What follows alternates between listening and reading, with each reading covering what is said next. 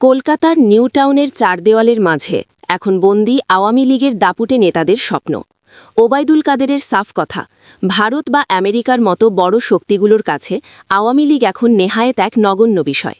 তিনি অভিযোগ করেছেন, গত ২৩শে জানুয়ারি দিল্লিতে শেখ হাসিনার সশরীরে উপস্থিতি বা একটি শক্তিশালী ভিডিও বার্তার আশায় বুক বেঁধেছিলেন কর্মীরা।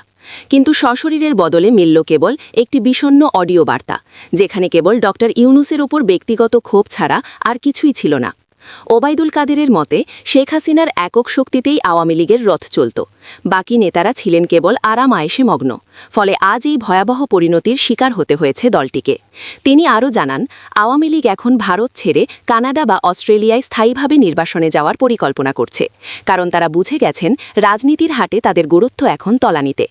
ওবায়দুল কাদেরের আক্ষেপ, যাদের উপর ভরসা করে তারা ক্ষমতায় ফিরতে চেয়েছিলেন, সেই ইউরোপ আমেরিকা এখন তাদের পাত্তাই দিচ্ছে না। রাজনৈতিক বিশ্লেষকরা মনে করছেন, ওবায়দুল কাদেরের এই স্বীকারোক্তি আওয়ামী লীগের ভেতরে থাকা চরম হতাশার বহিঃপ্রকাশ। নিজ দেশের রাজনীতি থেকে বিচ্ছিন্ন হয়ে বিদেশের মাটিতে আশ্রিত নেতাদের এই হাহাকার প্রমাণ করে যে দলটির ভবিষ্যৎ এখন চরম অনিশ্চয়তার মুখে। ভারতের মাটিতে বসে ওবায়দুল কাদেরের এমন কণ্ঠস্বর কি তবে আওয়ামী লীগের রাজনীতির শেষ অধ্যায়ের ইঙ্গিত? ওবায়দুল কাদেরের এই বিস্ফোরক মন্তব্য নিয়ে আপনার মতামত কি?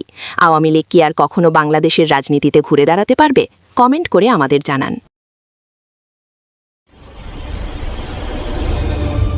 Subscribe to Flash 24 News now.